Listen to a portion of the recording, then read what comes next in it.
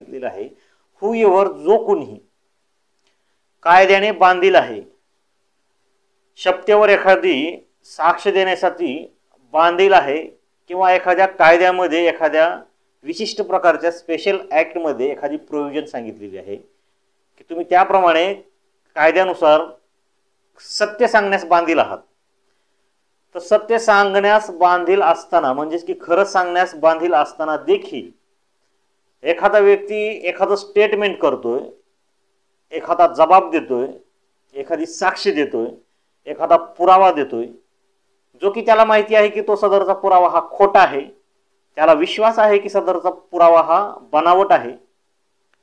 तरी पण तो बनावट आहे, खोटा आहे हे माहिती असताना देखील तो साक्ष देतोय, तो खोटी साक्ष देतोय,